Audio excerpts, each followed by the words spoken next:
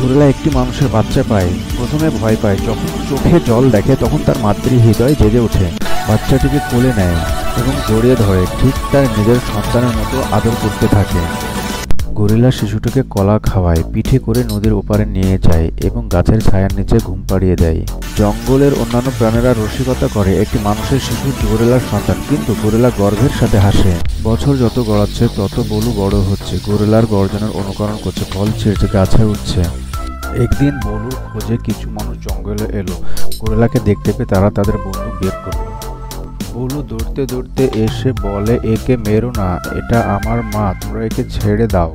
Gorilla ছাড়া পেয়ে গেছে। বলু কাঁদছে আর বলছে, মা ওঠো না। গরিলা মৃদু হেসে বলছে, তুমি এখন বড় হয়েছো। বহু বছর পর বলু শহরে বেড়ে ওঠার পর একটি গরিলা সংরক্ষণ কেন্দ্র খোলে।